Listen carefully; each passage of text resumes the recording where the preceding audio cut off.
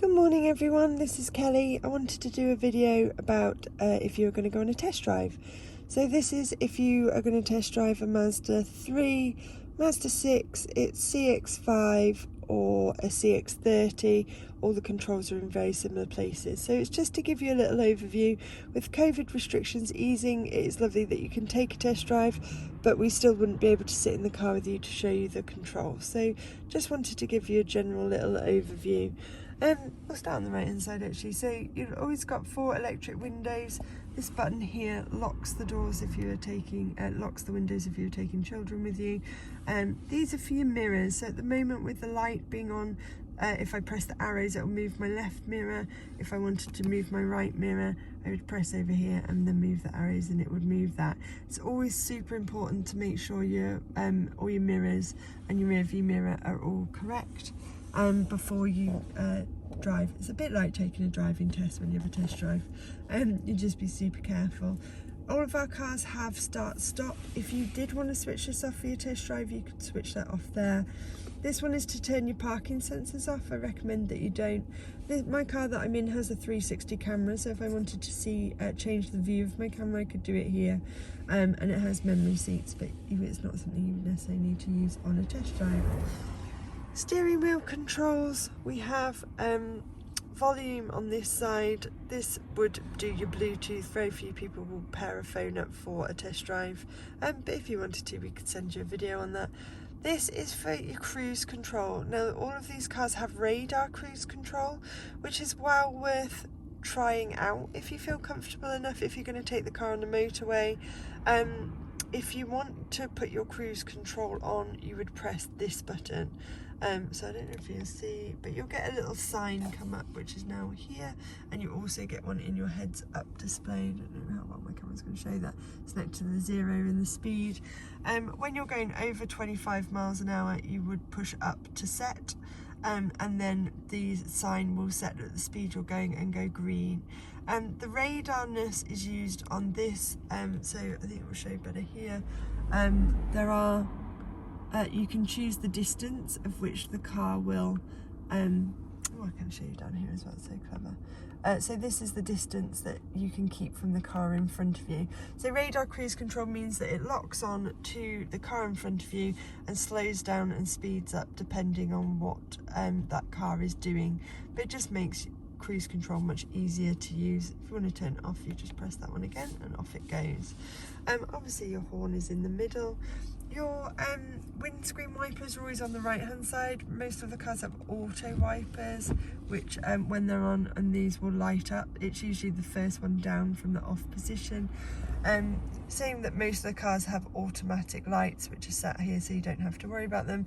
On your left hand side is also your indicators, so just so that you've got a knowledge of where those are. Heating controls, again best to it's so sunny today but with a bit of glare. Heating controls best to sort out before you start driving, so most of them have power buttons on the top so that will turn them off or on. This one will refilter the air or bring it in from outside. You've got fan speed, where you would like the air to go, and whether you want your aircon on or not. Then they have dual zone climate control which you turn up and down here. My heated seat is on because I'm always cold, so you can have that on different powers, and you can have your heated steering wheel on as well, and hazards sit in the middle. This car still has a CD player, not all of them do, but it's there if you want it.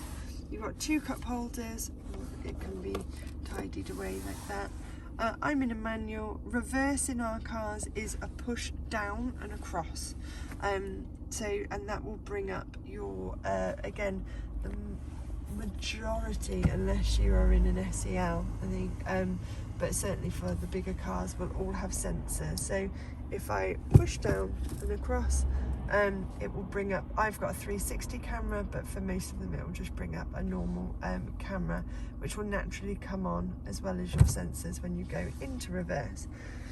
The screens in these cars are not touch screen. Some of the others are, but the Mazda 3 certainly isn't. If you want to go to your home screen, so just say you press the little house, this is what your home screen looks like. If you turn the dial, you can then go through different bits. Again, best not to do while you're driving, but it is good to explore this while you have the car. If you select down, it will bring up the one that you have selected. My biggest one for the test drive that I wanted to go through, because not everybody is familiar with, is the electric handbrake. Now, if you have not come across one of these before, with Mazda, your door needs to be shut, driver's door needs to be shut, and your seatbelt needs to be on. And once you've turned the car on, if you press auto hold, I do not have my seatbelt on, so it won't work, so I'll show you. It's beeping at me saying put your seatbelt on. If you press auto hold at the beginning of each journey, it will just sort your handbrake out for you.